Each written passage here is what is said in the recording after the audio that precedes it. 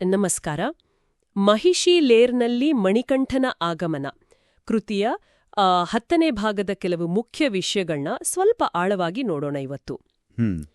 ಮಣಿಕಂಠನ ಪ್ರಯಾಣ, ಆಮೇಲೆ ಮಹಿಷಿಯ ಕೋಟೆಯೊಳಗೆ ಅವನ ಪ್ರವೇಶ, ಮತ್ತೆ ಮುಂದೆ ಆಗುವ ಆ ಮುಖಾಮುಖಿ, ಇದರ ಬಗ್ಗೆ ಗಮನ ಹರಿಸೋಣ. ಖಂಡಿತ. ಇದಕ್ಕಿರೋ ಮೂಲ ಅಂದ್ರೆ ಆ ಕೃತಿಯ 10ನೇ ಭಾಗನೇ ಅಲ್ವಾ? ಹೌದು.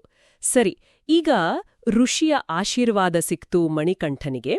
ಆಮೇಲೆ ಅವನು ಹೊರಟ ದಾರಿ ಇದೆಯಲ್ಲ, ಅದು ಸಾಮಾನ್ಯವಾದದ್ದಲ್ಲ ಅಲ್ವಾ? ಖಂಡಿತ ಅಲ್ಲ. ಯಾರೋ ಹೋಗಕ್ಕೆ ಧೈರ್ಯನೇ ಮಾಡದಿರೋ ಒಂದು ಭಯಾನಕ ಕಾಡು. ಆ ಕಾಡಿನ ಮೂಲಕ ಮಹಿಷಿಯ ರಾಜ್ಯದ ಕಡೆಗೆ ಹೋಗ್ತಾನೆ. ಆ ದಾರಿಯಲ್ಲೇ ಒಂಥರ ನಿಗೂಢತೆ ಇದೆ. ಹೌದು ಹೌದು. ಆ ಮೂಲ ಕೃತಿಯಲ್ಲಿ ಆ ಪ್ರದೇಶದ ವರ್ಣನೆನೇ ಒಂಥರ ವಿಚಿತ್ರವಾಗಿದೆ. ಗಾಳಿ ಎಷ್ಟು ಭಾರವಾಗಿತ್ತು ಅಂದ್ರೆ ಬಹುಶಃ ಉಸಿರಾಡೋಕ್ಕೂ ಕಷ್ಟ ಆಗುವಷ್ಟು. ಮರಗಳು ಹಾವುಗಳ ಥರ ತಿರುಚ್ಕೊಂಡಿದ್ವು. ನೆಲವೆಲ್ಲ ಏನೋ ಒಂದು ಕರಾಳ ಶಕ್ತಿಯಿಂದ ಸುಟ್ಟೋಗಿದೆಯೋ ಅನ್ನೋ ಹಾಗೆ. ಅದು ಕೇವಲ ಒಂದು ಕಾಡಲ್ಲ, ಅದು ಮಹಿಷಿಯ ಸಾಮ್ರಾಜ್ಯ. ಅಂದ್ರೆ ಭಯ, ಅಹಂಕಾರ ಇದರಿಂದ ಕಟ್ಟಿದ ಮತ್ತೆ ಅದರಿಂದಲೇ ಆಳಲ್ಪಡುವ ಒಂದು ಕೋಟೆ ಅದು. ಆ ಮಹಿಷಿ ಪಾತ್ರವೇ ಭಯಾನಕ ಅಲ್ವಾ? ಅರ್ಧ ಎಮ್ಮೆ, ಅರ್ಧ ರಾಕ್ಷಸಿ ರೂಪ. ಆಮೇಲೆ ಮೂಳೆಗಳಿಂದ ಮಾಡಿದ ಸಿಂಹಾಸನದ ಮೇಲೆ ಕೂತಿರೋದು ಒಂದ್ ಕಡೆ, ತನ್ನ ತಮ್ಮ ಮಹಿಷಾಸುರನ ಸಾವಿಗೆ ಸೇಡು ತೀರಿಸ್ಕೋಬೇಕು ಅನ್ನೋ ಹಠ. ಇನ್ನೊಂದ್ ಕಡೆ ಅವಳದೇ ಆದ ಅತೀವ ಅಹಂಕಾರ. ಅದ್ರಿಂದ ಇನ್ನಷ್ಟು ಕ್ರೂರಲಾಗಿದ್ಲು. ಮೂಲದಲ್ಲಿ ಹೇಳೋ ಹಾಗೆ ಮಣಿಕಂಠನ ತರ ಒಬ್ಬ ದೈವೀ ಶಕ್ತಿ ಇದೆ ಅನ್ನೋದನ್ನೇ ಅವಳು ಒಪ್ಕೊಳ್ತಿರ್ಲಿಲ್ಲ. ನಿಜ, ಪೂರ್ತಿಯಾಗಿ ನಿರಾಕರಿಸ್ತಾಳ. ಶಿವವಿಷ್ಣುವಿನ ಮಗು ಇರೋಕೆ ಸಾಧ್ಯನೇ ಇಲ್ಲ, ನಾನೇ ಶಾಶ್ವತ ಅನ್ನೋ ಗರ್ವ ಅವಳಲ್ಲಿ. ಹೌದು. ಅವಳ ದೃಷ್ಟಿಯಲ್ಲಿ ಅವಳೇ ಶಕ್ತಿಶಾಲಿ. ಅವಳ ಆಳ್ವಿಕೆಗೆ ಸವಾಲ್ ಹಾಕೋರು ಯಾರೂ ಇಲ್ಲ, ಯಾರೂ ಬರಲ್ಲ ಅಂತ. ಅದಕ್ಕೆ ಅಲ್ವಾ ಮಣಿಕಂಠ ಬರ್ತಿದ್ದಾನೆ ಅಂತ ಗೊತ್ತಾದಾಗ ಅವನ ದಾರಿಯಲ್ಲಿ ಅದೆಷ್ಟೋ ಅಡೆತಡೆಗಳನ್ನು ಸೃಷ್ಟಿ ಮಾಡ್ತಾಳೆ. ಏನೇನ್ ಮಾಡ್ತಾಳೆ? ಭಯಂಕರ ಬಿರುಗಾಳಿಗಳು, ದಾರಿನೇ ತಪ್ಪಿಸ್ಬಿಡೋ ತರದ ಭ್ರಮೆಗಳು, ಆಮೇಲೆ ಕ್ರೂರವಾದ ಕಾಡು ಮೃಗಗಳ ದಾಳಿಗಳು, ಹೀಗೆ ಎಲ್ಲವನ್ನೂ ಅವನನ್ನ ತಡೆಯೋಕೆ ಕಳಿಸ್ತಾಳೆ. ಆದ್ರೆ ಈ ಕೃತಿಯಲ್ಲಿ ಒಂದು ಆಕ್ಚುಲಿ ತುಂಬಾನೇ ಕುತೂಹಲಕಾರಿ ವಿಷಯ ಇದೆ. ಏನದು? ಅಂದ್ರೆ ಇವುಗಳಲ್ಲಿ ಯಾವುದೂ ಕೂಡ ಮಣಿಕಂಠನನ್ನ ಮುಟ್ಟೋಕೂ ಆಗಲ್ಲ. ಓ ಹೌದಾ? ಅದು ಹೇಗೆ ಸಾಧ್ಯ?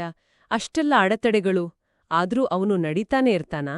ಇಲ್ಲಿ ನೋಡಿ, ನಾವಿಲ್ಲಿ ಗಮನಿಸಬೇಕಾದ ಒಂದು ಸೂಕ್ಷ್ಮ ವಿಷಯ ಇದೆ. ಮಣಿಕಂಠನ ಶಕ್ತಿ ಏನಿದೆಯಲ್ಲ, ಅದು ಬರೀ ದೈಹಿಕ ಶಕ್ತಿಯಲ್ಲ ಅಥವಾ ಮಾಂತ್ರಿಕ ಶಕ್ತಿ ಮಾತ್ರ ಅಲ್ಲ. ಮೂಲದಲ್ಲಿ ಅದನ್ನ ಸಹಜ ಧರ್ಮ ಅಂತ ವರ್ಣಿಸಿದ್ದಾರೆ. ಸಹಜ ಧರ್ಮ? ಹೌದು. ಅದಕ್ಕೆ ಏನಾಗತ್ತೆ ಅಂದ್ರೆ ಪ್ರಕೃತಿ ಅವನಿಗೆ ದಾರಿ ಮಾಡಿಕೊಡುತ್ತೆ. ಯಾಕಂದ್ರೆ ಅವನು ಸೃಷ್ಟಿಯ ಒಂದು ನೈಸರ್ಗಿಕ ನಿಯಮದ ಭಾಗ. ಅವನಲ್ಲಿರೋದು ಧರ್ಮ. ಆದ್ರೆ ಮಹಿಷಿಯ ಶಕ್ತಿ ಹಾಗಿಲ್ಲ. ಅದು ಕೃತಕವಾದದ್ದು. ಅವಳ ಹಠ, ಅವಳ ಅಹಂಕಾರದಿಂದ ಹೇರಲ್ಪಟ್ಟ ಅಧರ್ಮ. ಹಾಗಾಗಿ ಏನಾಯ್ತು ಅಂದ್ರೆ ಸೃಷ್ಟಿಯ ಸಹಜ ನಿಯಮವಾದ ಧರ್ಮದ ಮುಂದೆ ಅವಳ ಈ ಕೃತಕ ಅಡೆತಡೆಗಳು ನಿಲ್ಲಲೇ ಇಲ್ಲ. ವಾವ್, ಅದ್ಭುತವಾದ ವಿಶ್ಲೇಷಣೆ ಇದು. ಪ್ರಕೃತಿಗೂ ಮನುಷ್ಯರಲ್ಲಿರೋ ದೇವರನ್ನ ಗುರುತಿಸೋ ಶಕ್ತಿ ಇತ್ತು ಅಂದಾಗೆ. ನಿಶ್ಚಿತವಾಗಿ. ಸರಿ, ಅಂತೂ ಇಷ್ಟೆಲ್ಲ ಆದ್ಮೇಲೆ ಆ ಗುಡುಗು ಸಿಡಿಲಿನ ಬೆಳಗಿನಲ್ಲಿ ಮಣಿಕಂಠನು ಮಹಿಷಿಯ ಗುಹೆಯ ಬಾಗಿಲಲ್ಲಿ ಬಂದು ನಿಲ್ತಾನೆ ಅಲ್ವಾ?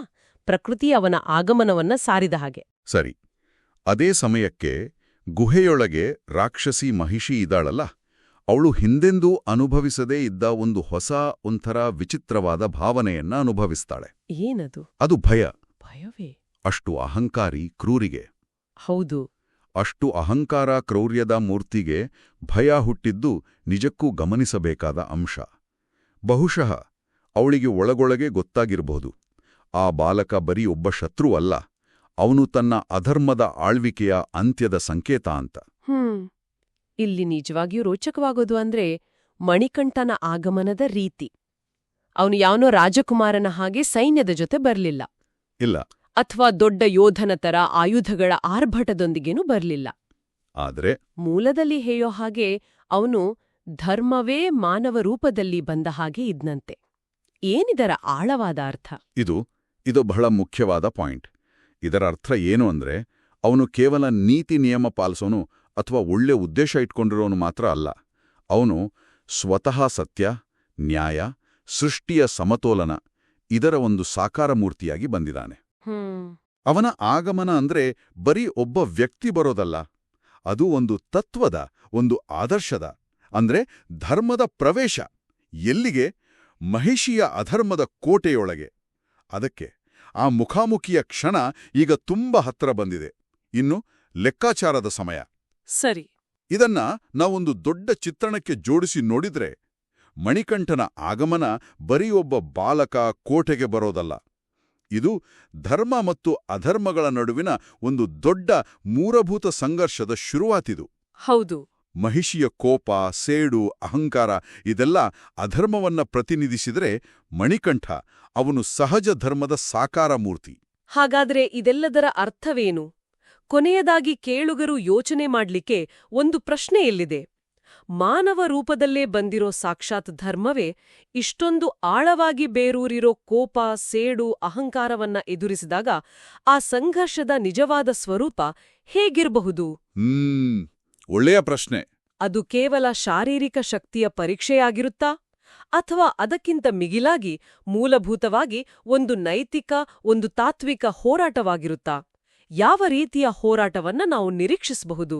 ಈ ಆಲೋಚನೆಯೊಂದಿಗೆ ಇವತ್ತಿನ ಚರ್ಚೆಯನ್ನ ಮುಗಿಸೋಣ. ಹರಿವರಾಸನಂ ಸ್ವಾಮಿ ವಿಶ್ವಮೋಹನಂ ಹರಿದದೀಶ್ವರಂ ಆರಾಧ್ಯ ಪಾದುಕಂ ಹರಿವಿವರ್ಧನಂ ಸ್ವಾಮಿ ನಿತ್ಯನರ್ತನಂ ಹರಿಹರಾತ್ಮಜಂ ಸ್ವಾಮಿ ದೇವಮಾಶ್ರಯೇ ಹರಿಹರಾತ್ಮಜಂ ಸ್ವಾಮಿ ದೇವ